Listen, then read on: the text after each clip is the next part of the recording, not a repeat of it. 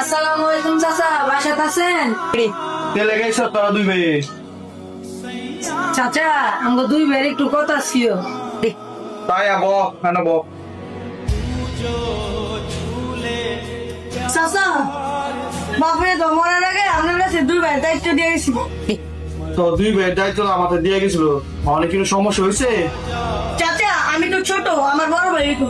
চাচা আমার তো অনেক জায়গা সম্পত্তি ছিল, আপনি তো এইগুলো বুঝাই দিবেন না। এই বেড়া তোরা কি আর জায়গা সম্পত্তি নিতে এসো? তোর বাবে আগে এই জায়গা সম্পত্তি বেচে খাইলেছে। তোর বাবে কি ভালো আছে রে? তোর বাবা সারাদিন জুয়া খেলতো, ইটা লাগে না করছিলাম, কিন্তু তোর জিভূত হয়েছিল। তোরা এটা রাখ, তুই রাখছে না, সব বেচে খাইলেছে। না চাচা আপনি এটা ভুল করছেন, আমার ভাবে একটু পরিমাণ জায়গা হচ্ছে না। যা বেড়া বাইতে পারো, তোর কোনো জায়গা সম্পত্তি নেই, যা পারো। চাচা আপনি কামটা ঠিক করবেন না, আমরা এতিম মানুষ। আল্লাহর আরো কাপ বল যদি আপনি আমাকে কোনো দুর্নীতি করে থাকেন।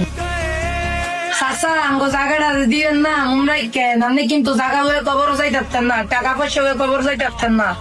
আর আঙ্গুর জায়গা এবারে পাইছি না দিকে কি হইছে, পরবার আমনের বিচার ঠিক হইবা, আঙ্গুর এই জায়গা জমাইরা দিছে ছোট হয় জায়গা। আসসালামু আলাইকুম চাচা, ভালো থাকেন।